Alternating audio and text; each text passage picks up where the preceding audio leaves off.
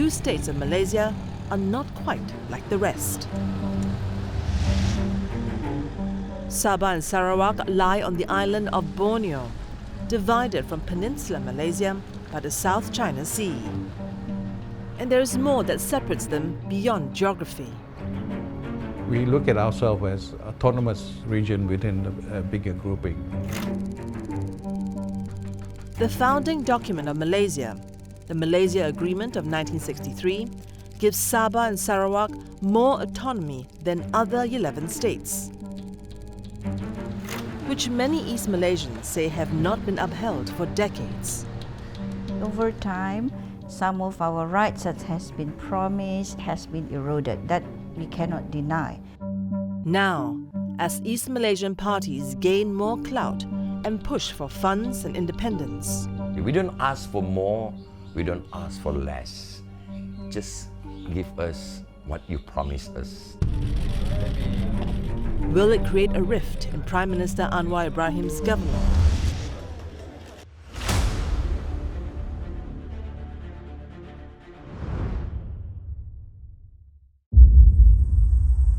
Mount Kinabalu stands majestic as Sabah's most famous landmark.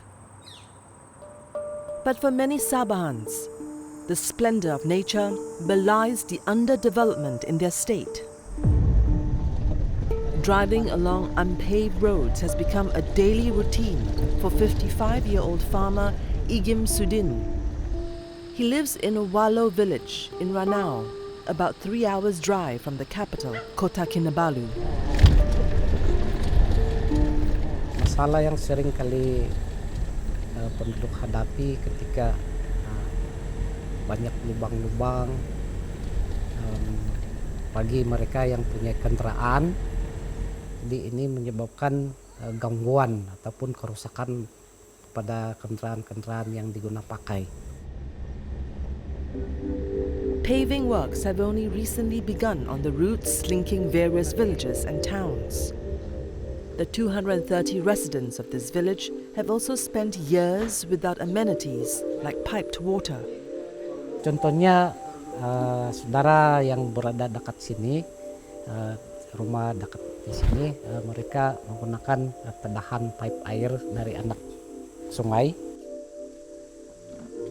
Memang kalau dipikirkan, penduduk akan menghadapi masalah yang dari segi kesehatan. Karena tedahan pipe yang diusahakan penduduk kampung tidak sistematik dan tidak bertapis. Wallo village is a reminder of how development in Sabah has lagged behind the rest of the nation. You can see for yourself whether our development is on par with the rest of the states and what is lacking. Frequent electricity cut, water cut, internet cut. According to the data from the Malaysian Public Works Department, almost half of Sabah's roads are in need of major upgrades. Now, infrastructure is still very poor. Many rural districts are still not paved, and even if they are, it does not reach out to the kebun-kebun land and so on, and therefore the land becomes dormant, inactivated. So you fly to Kuala Lumpur, you see better roads, better buildings, better everything, you know. And there's compared to your home state in Tambunan, why have potholes, why don't have water, why don't have electricity. Malaysia is a federation of 13 states and 3 federal territories. 11 states make up Peninsula Malaysia, while Sabah and Sarawak on the island of Borneo form East Malaysia. Sabah is the poorest state in Malaysia with a poverty rate of 17.7%. Sarawak, with a poverty rate of 8.4%, is fourth after Kelantan and Kedah. Jeffrey Kittingan, a prominent Sabah politician, points to the disparity in funds from the federal government as a reason for East Malaysia's underdevelopment. 8 of the poorest districts in Malaysia in Sabah. And then we are the sickest. Most people are sick here because we lack the health infrastructure. There's a reason for people in Sabah and neighbouring Sarawak to feel hard done by the lack of development. Many consider their states to hold a special status within the Federation. We look at ourselves as autonomous region within a bigger grouping, and we don't have the same status as the other states in Malaysia, meaning the 11 states are lower rank in terms of certain privileges and laws compared to Sabah and Sarawak. Okay. What's at the heart of this contention is a 60-year-old document, one which has received renewed attention in the last few years. The document at the root of Malaysia's founding. It's July 9th, 1963. On that day, leaders of Sabah, then known as North Borneo, Sarawak, Singapore and Malaya, signed what is known as the Malaysia Agreement, or MA63. With effect from September 16 of 1963, these 4 former British colonies would form a new nation, Malaysia. The general consensus through historical readings is the pressure brought upon by Indonesia and Philippines in terms of taking over this territory.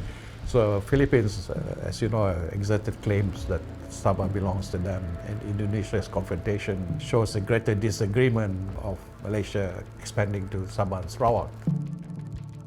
So the idea then was that it's good for us to be part of this larger federation because we can be assured of our security. Barely 2 years into the formation of Malaysia, the young federation was jolted by an unexpected turn of events.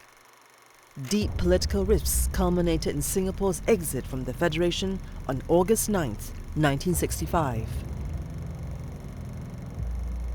Every time we look back on this moment when we signed this agreement which severed Singapore from Malaysia, it will be a moment of anguish. When Singapore was no longer part of the federation, so the leaders in Sabah and Sarawak felt like they were being betrayed in a way. It's a surprise, it's a shock.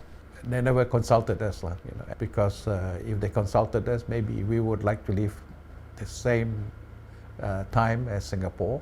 That was the Malayan sphere, I think. And then there will be no Malaysia, right?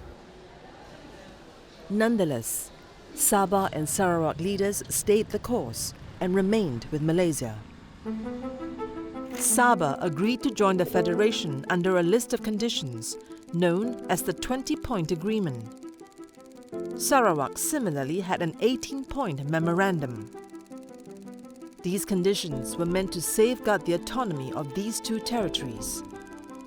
They were later incorporated into the Malaysia Agreement. For example, the 2 states would have special rights in key areas such as religion, language, and immigration, among other areas of autonomy. They were given added privileges or entitlements on various things, from immigration to finance to public service to education, language, a number of things. So, rather than becoming another constituent state, Sabah and Sarawak considered themselves equal partners to Malaya. The idea of equal partnership is that when we enter into this federation, Sabah and Sarawak are 2 regional components as opposed to Malaya as another component. So basically Malaysia consisting of 3 big regions, Malaya, Sabah and Sarawak. So that was at least that was in the thinking or in the mind of many people in Sabah and Sarawak. However, the idea of equal partnership was not explicitly stated in the agreement. Instead, it was an interpretation of how the 4 territories were classified in the agreement, where Sabah and Sarawak is separate from the other states of Peninsula Malaysia. With all respect, the MA63 does not speak of equal partnership. Okay, and what the MA63 does reflect is the product of discussions and negotiations which gave Sabah and Sarawak more entitlement than the other states of Malaysia. I have some difficulty in accepting this idea of an equal partnership because it would mean then you have 3 countries in one federation, one country is itself a federation, and these 3 powers share, which isn't what the Constitution provides for, nor is it what had been in place from 63 all the way until this issue first came up. Later, a 1976 constitutional amendment clarified the status of Sabah and Sarawak. The amendment listed all of Malaysia's states and included Sabah and Sarawak among them. That means we became state number 12 and Sarawak became state number 13. The implication is that we're just one of the states under Malaya. For most people in Sabah and Sarawak, they think that that is an attempt to dilute our status in the federation. The 1976 amendment went largely unchallenged at that time. It was passed with 130 votes in favour and only 9 against. Most representatives from Sabah and Sarawak supported the bill. I go back to history. Communist threat in the 60s, riots 1969, 70s political instability, and then the communist threat was still there. So I think maybe the leaders of Sabah and Sarawak at that time, through their understanding and trust of the leaders of Barisan Nasional from the Peninsula side at that time, decided that maybe they should focus more on unity. And when you have unity as a whole country, you have political stability. When you have political stability, you can focus on developing the country. Sarawak was a little backward back then. We are just a small state, so maybe the focus is development, not really thinking of rights or legal rights. What more to say legal rights, you know? You must remember they were in Parliament at the time, right? And they participated. So what is unfair now may have not been seen as unfair before. Otherwise, why would they have agreed from the get-go? So, why do some now claim the application of MA63 is unfair? And why is it causing disquiet in Sabah and Sarawak?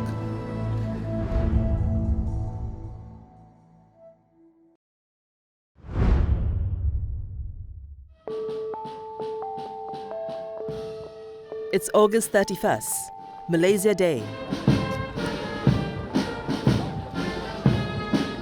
This year marked the 68th anniversary of Malaysia's independence, a day of pride for the entire nation. But here in Sabah, the date also commemorates Sabah Day, when the state gained freedom from British colonial rule in 1963. Yang sebenarnya Hari Sabah ini kita merdeka sendiri. Sempena sambutan Hari Sabah sejak tahun lepas, harapan kami sebagai rakyat Sabah, semoga Sabah tepat dengan slogan katanya lah, Sabah maju jaya. Kalau pendapat saya, dia well developed juga tapi tidak merata. Ada sesetengah sudah maju betul, ada sesetengah masih belum lagi. In parts of Sabah, the electrical infrastructure is lacking. So locals have taken to installing solar panels for their energy needs. Blackout lah begitu ya. Dalam 1 minggu dia akan berlaku dalam 3 kali ataupun 4 kali, dan itu menyebabkan gangguan yang sangat memberi kesan yang buruklah buat para pengguna. Dan pernah juga blackout ini terjadi sehingga 1 hari. many other areas like the water problems, lingering water problem. Till now, we have electricity and power problems, and therefore this affect the whole economic development because we need investment to come in, and investors need power, water, and so on in order to implement their investment. But change may be coming to both Sabah and Sarawak. Under the National Budget 2025, the Borneo states of Sabah and Sarawak will receive 12.6 billion ringgit in the developmental expenditure, 6.7 billion for Sabah and 5.9 billion for Sarawak. This is among the highest budgets out of all states. Look at the bigger picture. Sabah and Sarawak today, because of they are starting from lower base, they have the best potential. So we should allocate more resources to them. It is not about quotas, it's not about demanding this and that. It's about allocating resources so that Sabah and Sarawak can benefit from their low economic base today and actually become the next economic engine for Malaysia. And then everybody else will benefit. Still, Sabah Deputy Chief Minister Jeffrey Kittingan hopes for more. So every year we only get 6 to 7% of the total development budget. So who is getting the bulk? It's developing the Semenanjung states.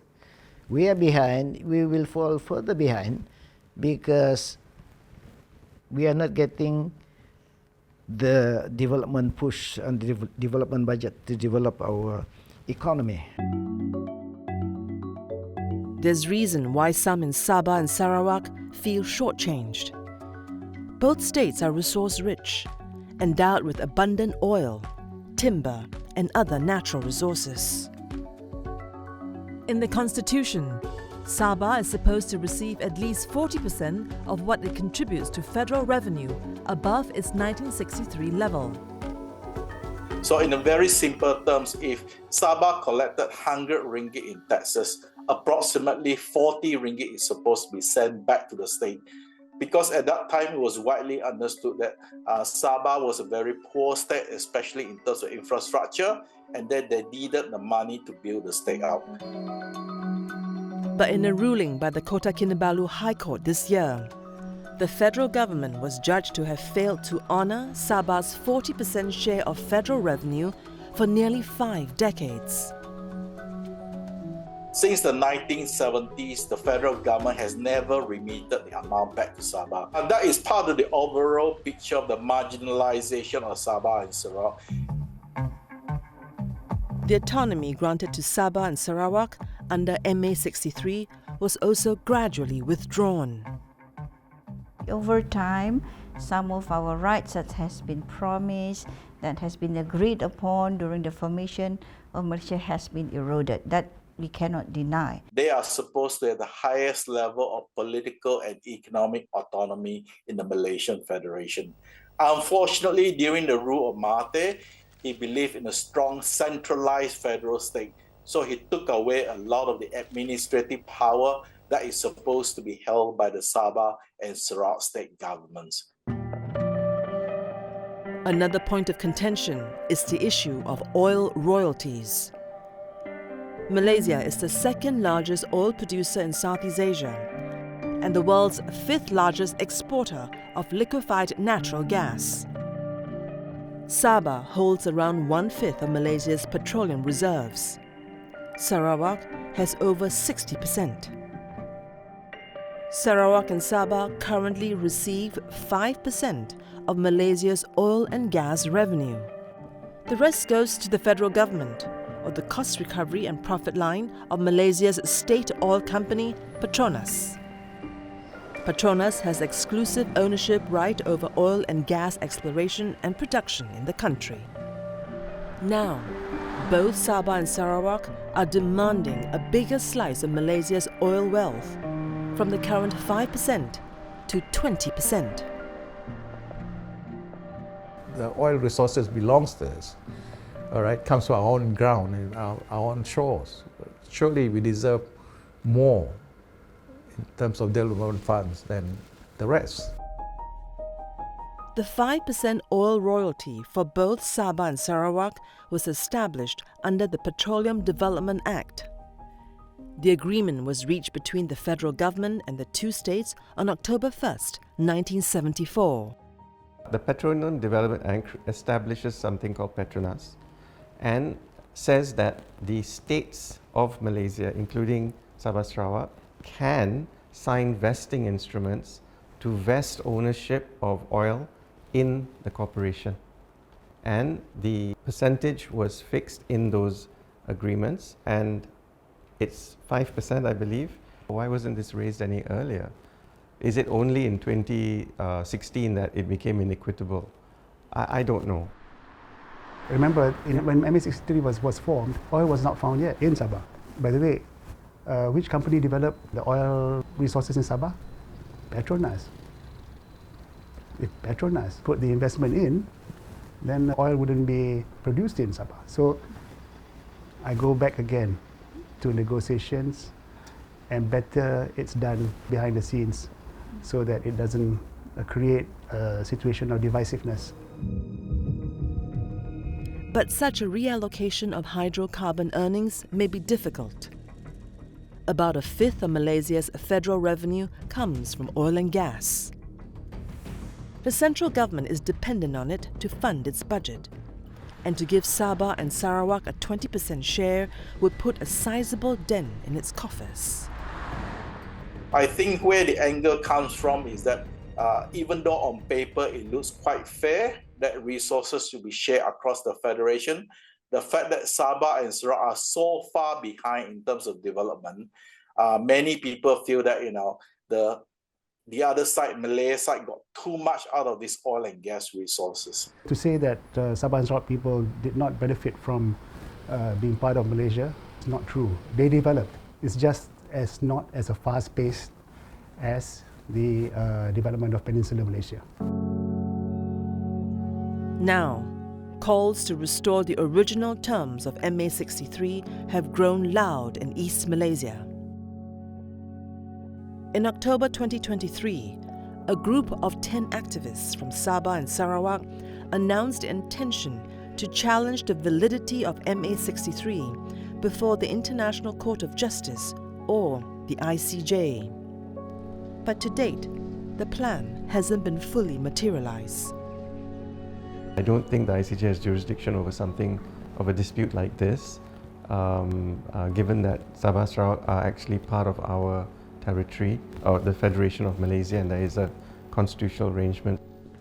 And as a litigator, I'll say that courts are the last place you want to go to, because there's going to be a winner and there's going to be a loser. I think you want to try and resolve it through constructive dialogue, but there has to be a baseline in terms of expectations and fairness. Nonetheless, resolving MA63 has become a priority for the current administration. Why?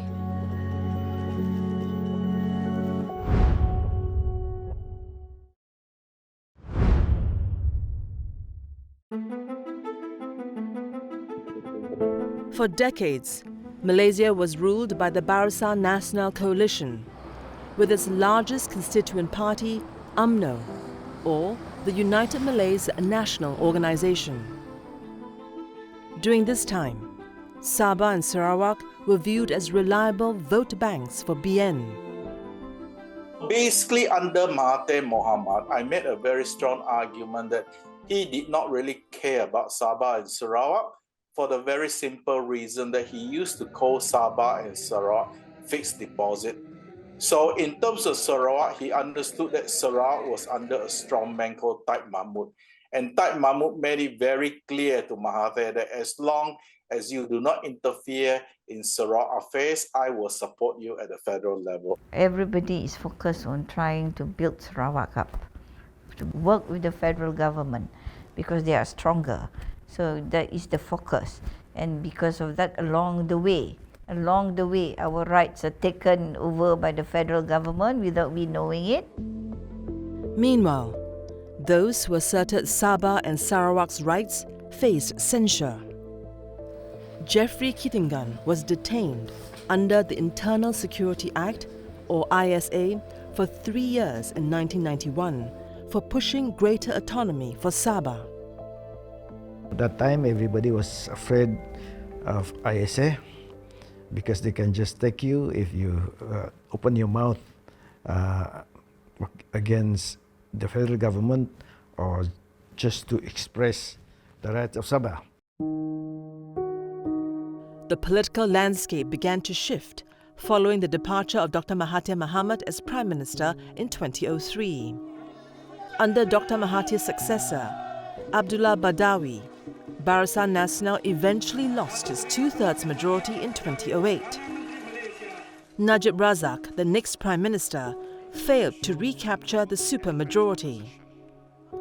In the 2013 election, BN won just 133 of 222 seats. 47 of BN seats were won in East Malaysia, demonstrating how instrumental the territories were to Najib's hold on power. Without the MPs from Sabah and Sarawak in 2008, UMNO would not have been able to hang on to power.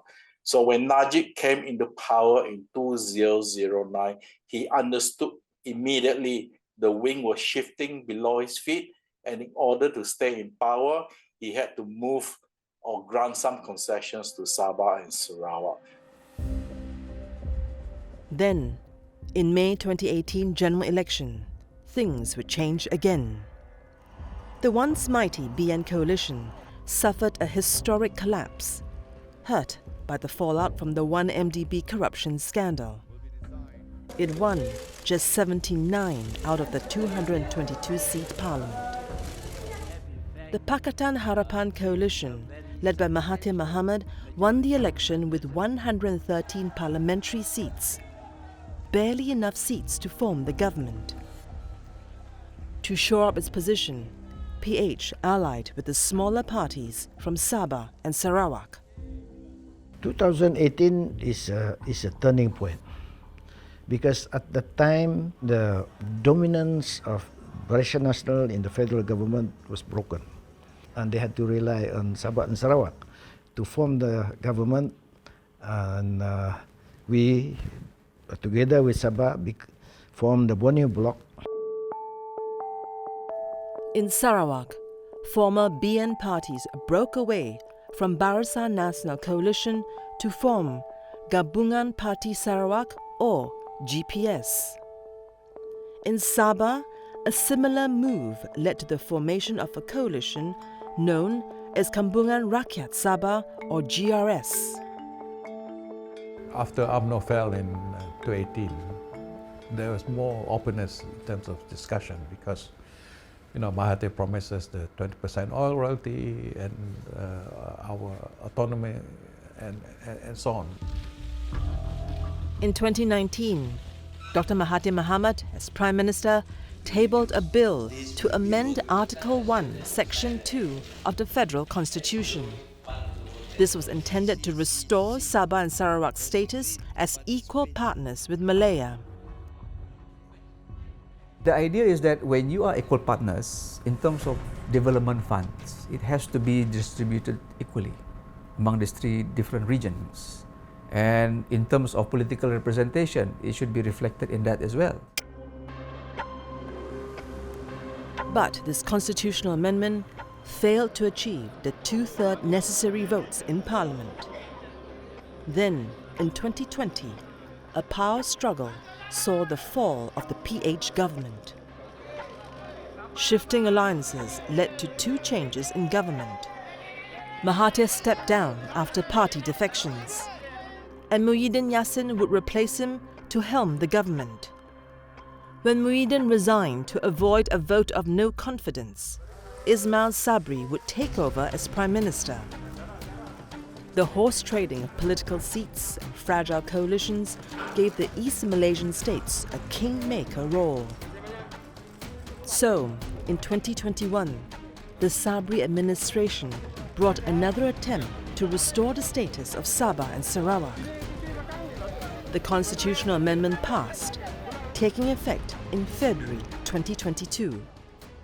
So because of that, now we are recognized as an entity, a partner, or a region that forms a country, and we are no longer reduced to just any one state like any other state in Malaysia. It is a legal victory that we are reverting back to pre-1976. What the people of Sarawak Sabah wants is that it's not only legal, it has to be it has to be translated into substantial thing on the ground, on the livelihood of the people.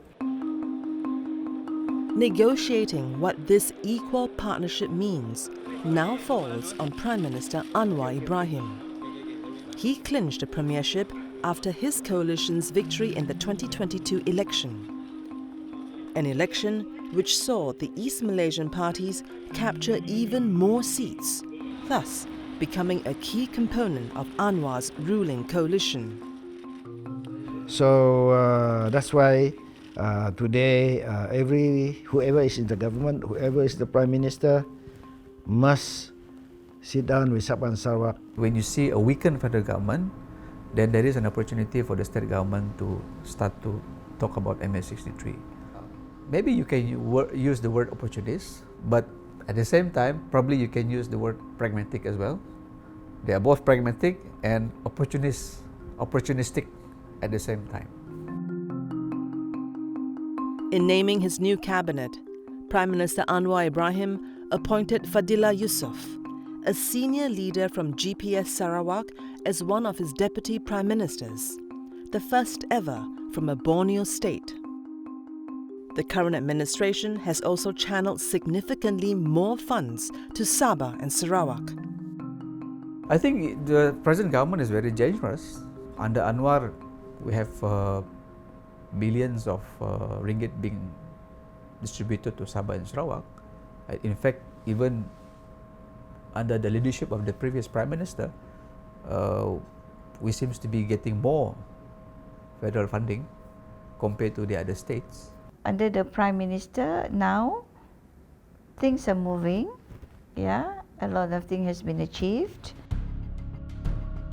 And following a court ruling in March this year, the Sarawak state government has been allowed to impose 5% sales tax on oil and gas products generated in the state. And because of that, we have additional revenue of 3 or 4 or 5 billion a year. Still, the East Malaysian states are pushing for more autonomy to manage their affairs.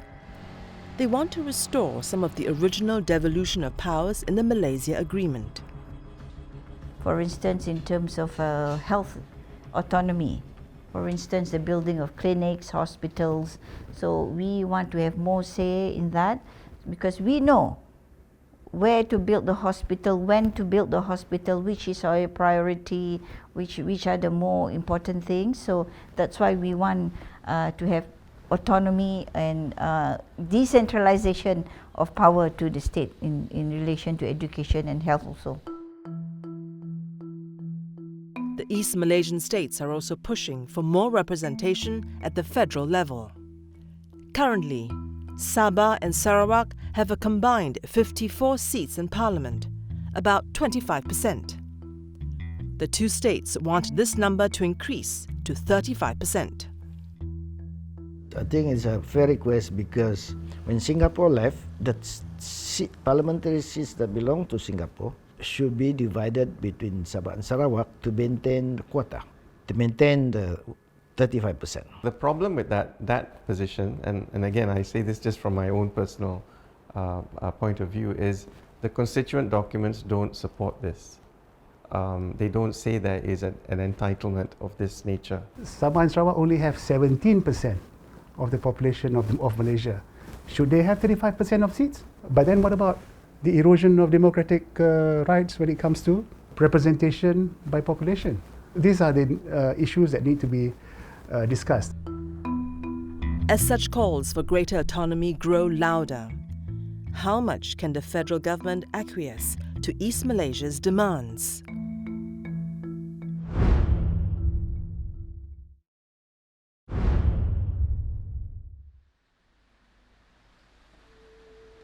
Peter Jaban is a proud Sarawakian of Iban heritage.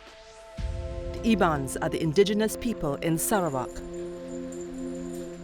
So the indigenous people of Sabah suffered now, you see, because of the migration of those who came from other countries, you see. Our immigration, make sure it's being controlled. We don't want any outsiders to suka-suka or simply come into Sarawak or to work here, because Sarawak is for Sarawakian. That's in the that's in the Malaysian Agreement, you see, that we must protect Sarawak. Peter is the founder of the group Saya Anak Sarawak, which means I am a child of Sarawak.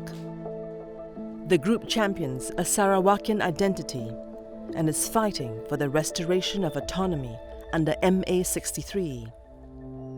All these people in the West Malaysia, they always thought that they are the people, Malaysia belongs to them, especially now you look at what happened in West Malaysia. They always talk, this is Tanah Melayu, Tanah Melayu.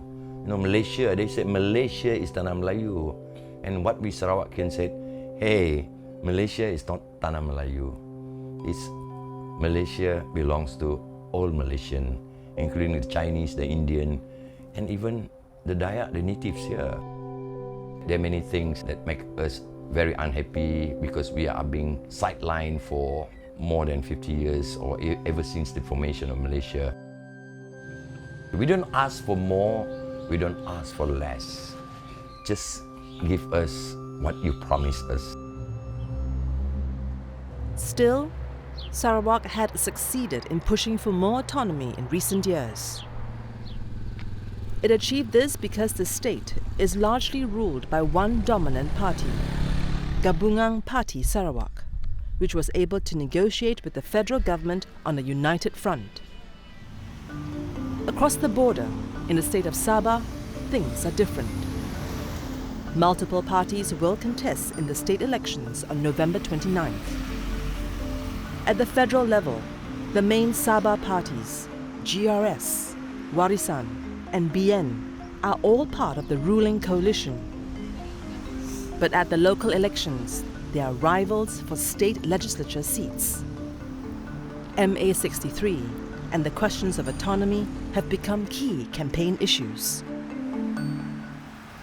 That election is like a referendum, whether you want to continue existing system with the federal dominance and control continues, or you want to be like Sarawak. You want to be free of this entanglement, control, so that you can grow and contribute faster to the development of the nation. What I'm afraid of is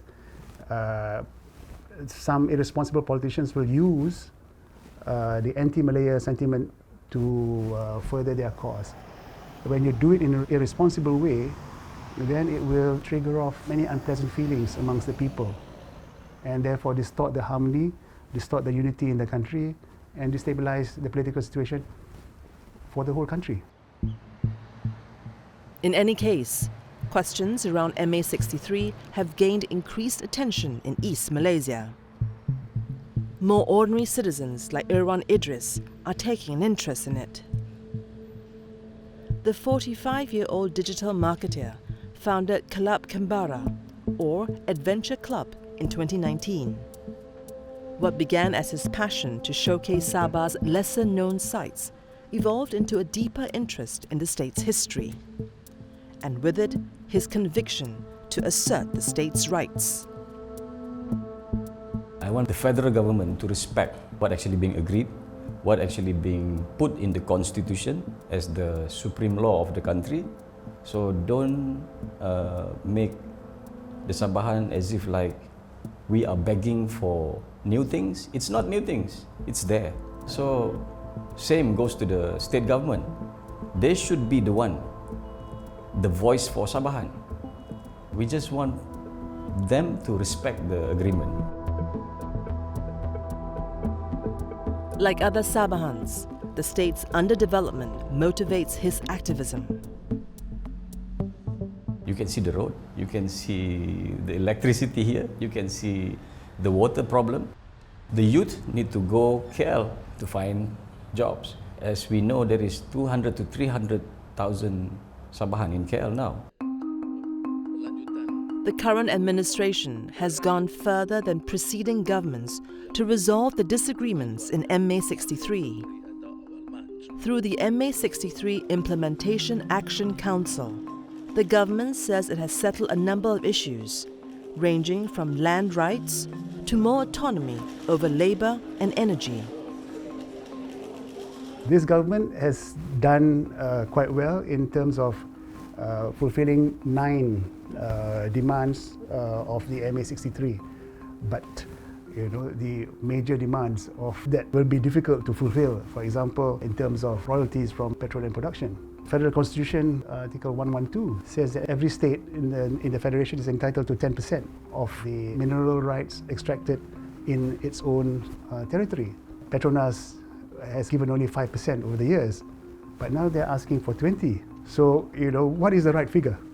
So it's up to the compromise, up to the discussions, negotiations between the federal government and also Sabah and Sarawak. However, a number of items, especially those concerning revenue, remain difficult.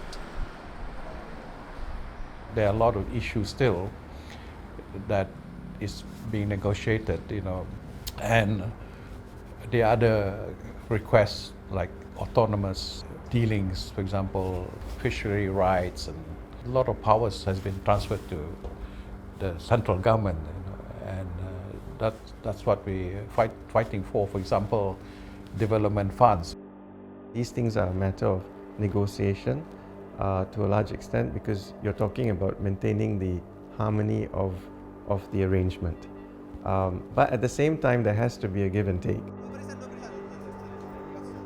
And now, as the Sabah election draws the focus on MA 63 once again, Prime Minister Anwar has urged stakeholders to avoid going to war over MA 63 negotiations. Nanti timbalan Perdana Menteri 2, Datuk Seri Fatihlah untuk pengurusikan technical committee dari SPK Madani. Ada masalah, bincang, ini setuju, jalan, ini belum setuju, nanti ini boleh lagi. Itu cara kita dalam kerjasama kita, bukan untuk berperang. So this is an ongoing process. Sometimes I said to people, if it takes forever, then forever it is. Of course, people will not be happy with that kind of statement, but this is an ongoing process. And the best way to settle any issues is to sit down and discuss and diplomatically settle matter. The federal government has said it will not appeal the Kota Kinabalu High Court decision regarding the arrears of 40% of Sabah's revenue. However, it will appeal the language of the ruling, which accuses the government of wrongdoing.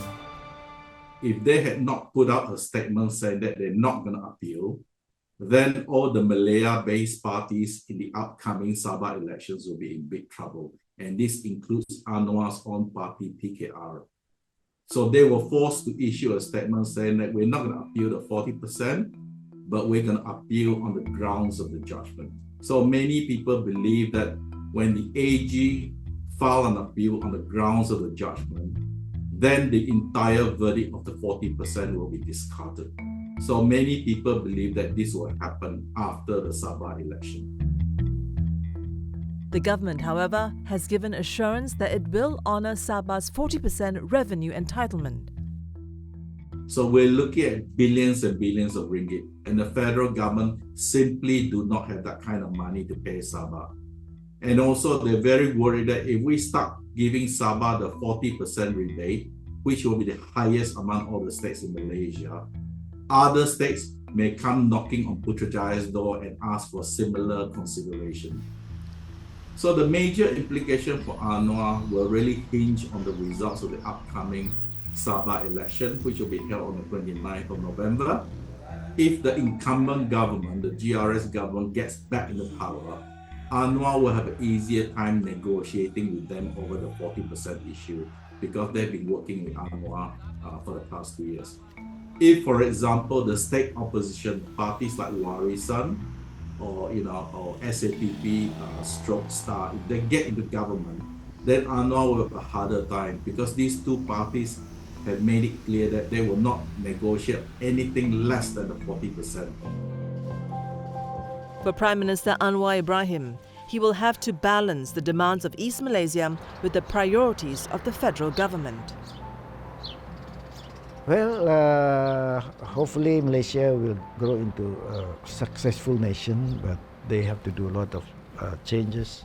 They have to address the inadequacies, the problems that confront us, especially confront with problems related to Sabah, Sarawak. Going forward, the most important point is, can we get a formula, where Sabah and Sarawak get what they want, and the country can have political stability so that they can develop further. We will work within the bounds of the Constitution, the bounds of the Malaysia Agreement, and within the bounds of the laws that are found within the country. We will fight for our rights within the context of Malaysia.